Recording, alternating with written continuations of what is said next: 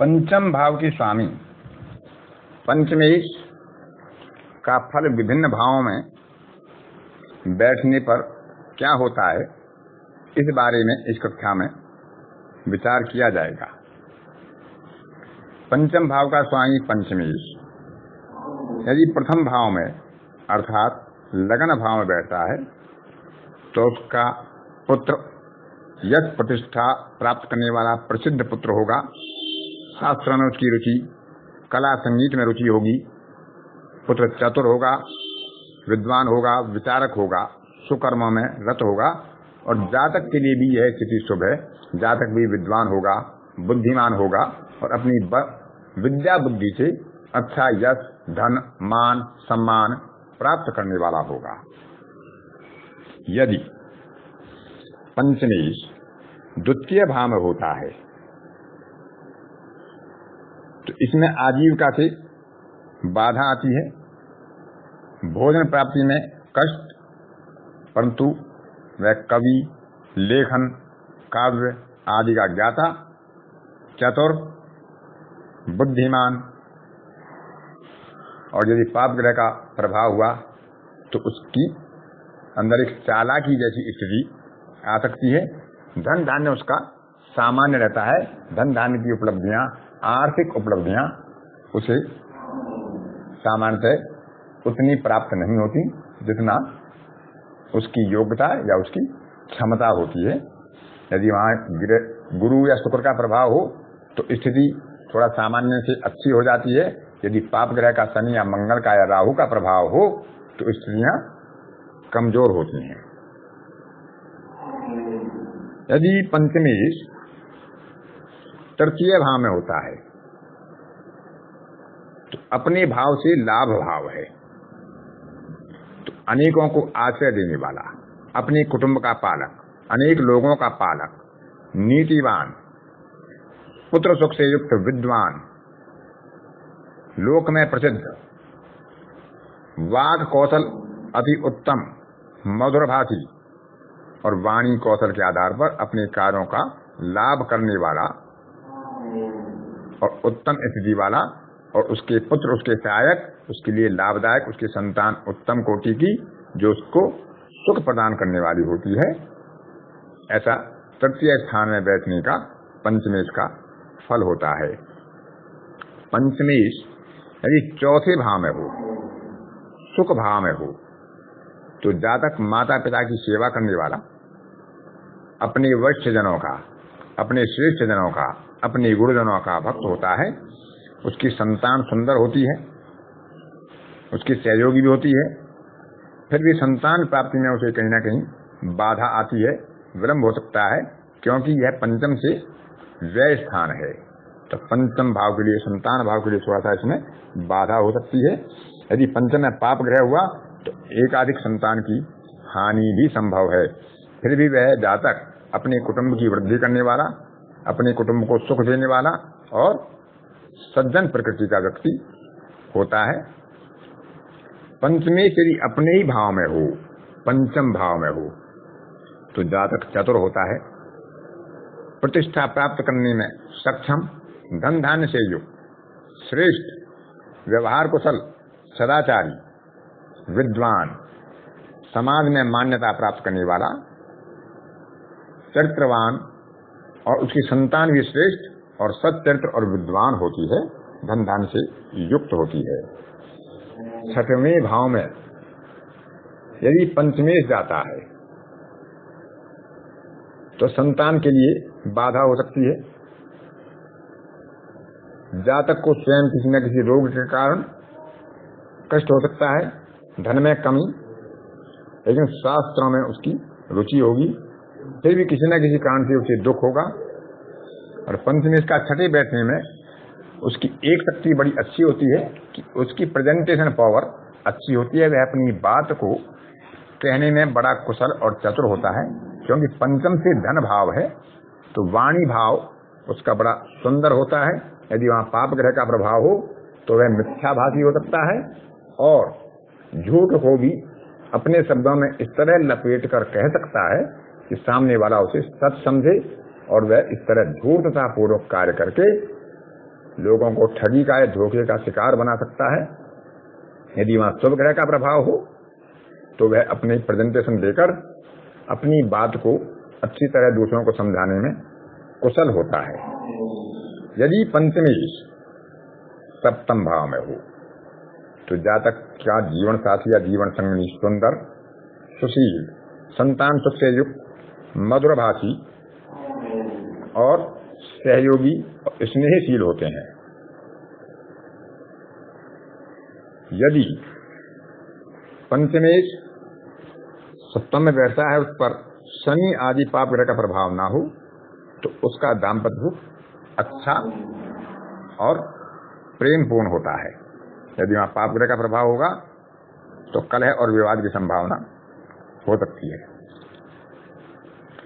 यदि पंचमेश अष्टम भाव में बैठी तो उसकी वाणी में कठोरता,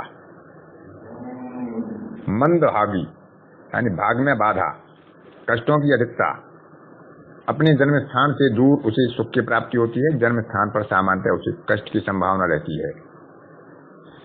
पुत्र प्राप्ति में विलंब या पुत्र के कारण चिंता या किसी कष्ट की संभावना भी हो सकती है। पंचम से यह भाव केंद्रीय भाव है, लेकिन जन्म कुंडली का ये सबसे अशुभ भाव है, बाधक भाव है। यदि यहाँ पाप ग्रह का प्रभाव होता है तो सामान्यतः पितृ श्राप, और यदि यहाँ राहु का प्रभाव होता है तो सर्प श्राप, इस तरह के योग भी यहाँ बनते हैं। पंचमेश यदि नवम भाव में, भाग्य भाव में हो, जिसे हम धर्म भाव भी कहते हैं, तो पंचमेश पंचम भाव से पंचम में होगा तो पंचम भाव की अच्छी वृद्धि होती है। जातक स्वयं सुंदर, विद्वान, बुद्धिमान होगा। वह किसी भी बात को ग्रहण करने में सक्षम, उसकी ग्रहणशीलता बड़ी उत्तम होती है। वह संगीत प्रिय, कला संगीत में उसकी रुचि, राज्यमान्य, मनोरंजन में रुचि, और इस तरह के उसमें होते हैं कि रसिक अवस्था भी यदि वहां शुक्र का प्रभाव हो तो उसके अंदर हो सकती है। फिर भी पंचम भाव के स्वामी का नवों में बैठना संतान के द्वारा भाग्य वृद्धि, संतान उत्तम कोटि की और संतान से उत्तम सुख की प्राप्ति ऐसे जातक को होती है। पंचम भाव का स्वामी यदि दसम भाव में बैठता है तो दसम भाव केंद्रीय भाव में सबसे उत्तम भाव है, तो वह जातक राज्यमान्य होगा, अच्छे कर्मों में रत होगा, माता पिता के सुख से युक्त होगा, ऐश्वर्यवान होगा, राजा से उसे सुख प्राप्त होगा। वह राज्य सेवक हो सकता है, राज्य मंत्री हो सकता है। जैसी उसकी योग्यता और क्षमता होगी उसके आधार पर वह अच्छा राज्य सुख, अच्छा धन धान्य का, ऐश्वर्य का सुख प्राप्त करता है और पिता के लिए अच्छा पुत्र होता है, पिता का सहायक या पिता का भक्त होता है। यदि पंचम भाव का स्वामी पंचमेश लाभ भाव में होगा तो अपने भाव से सप्तम में बैठकर अपने भाव को देखेगा, तो जातक कलाओं का ज्ञाता, राज्यमान्य, अच्छे कर्मों में रत, उसकी आवाज बड़ी मधुर होती है। वह गायक हो सकता है या अच्छा कवि हो सकता है या अपनी बातों को कहकर वाणी और विद्या के आधार पर अच्छा अर्थ और धन धान्य प्राप्त करने वाला हो सकता है। धन धान्य से युक्त होता है, उसके संतान भी धन धान्य प्राप्त करने में, अपने पिता की धन वृद्धि करने में उनके लिए सहायक बनते हैं। इस प्रकार यदि पंचम भाव का स्वामी पंचमेश यदि द्वादश भाव में बैठता है तो अपने भाव से अष्टम में है।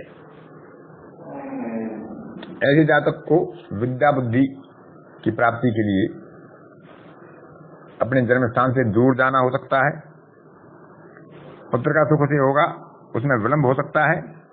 यदि क्रूर ग्रह का या पाप ग्रह का प्रभाव हुआ तो संतान प्राप्ति में बाधा भी हो सकती है। फिर भी वह अपने जन्म स्थान पर कम ही सुख प्राप्त करता है। वह प्रवास प्रिय, जन्म स्थान से दूर सुखी होता है।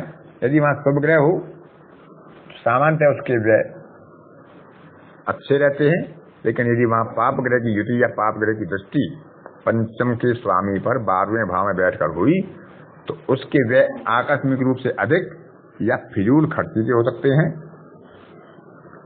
और वह अपने संचित धन को अपने व्यय के द्वारा कम करता है, उसके कोष संग्रह में इस प्रकार कमी आती है।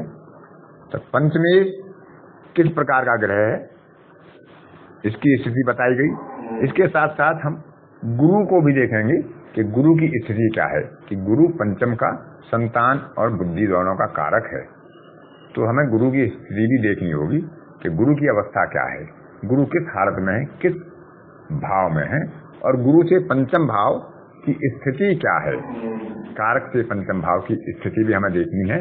तब हम पंचम भाव का सफलता से निर्णय ले पाएंगे और दशा अंतरदशा किसकी चल रही है, पंचमेश किसकी राशि में है, किसके नक्षत्र में है, इनका विचार भी हमें करना होता है, जो आगे की कक्षाओं में बड़ी सहजता से सरलता से आपको समझाया जाएगा। वर्तमान में आपको केवल पंचमेश का फल बताया है, और यह फल एकदम से थंबरूप नहीं है कि हम केवल पंचमेश किसी भाव में बैठ गया तो उसका ये फल हो ही जाएगा। उसके आधार पर हम तय नहीं करेंगे उस पर अन्य ग्रहों का क्या प्रभाव होगा, कारक गुरु की स्थिति क्या है, कारक गुरु से पंचम भाव की स्थिति क्या है, वह किनके नक्षत्रों और राशियों में बैठे हैं, उन पर क्या प्रभाव है। समुचित प्रभाव देखने के बाद ही हम किसी भाव का विशेष फल या सटीक फल प्रदान कर सकते हैं, बता सकते हैं। यह पंचमेश का फल था, केवल पंचमेश की स्थिति किस भाव में होने पर क्या फल हो सकता है, यह केवल इस बात पर विचार था।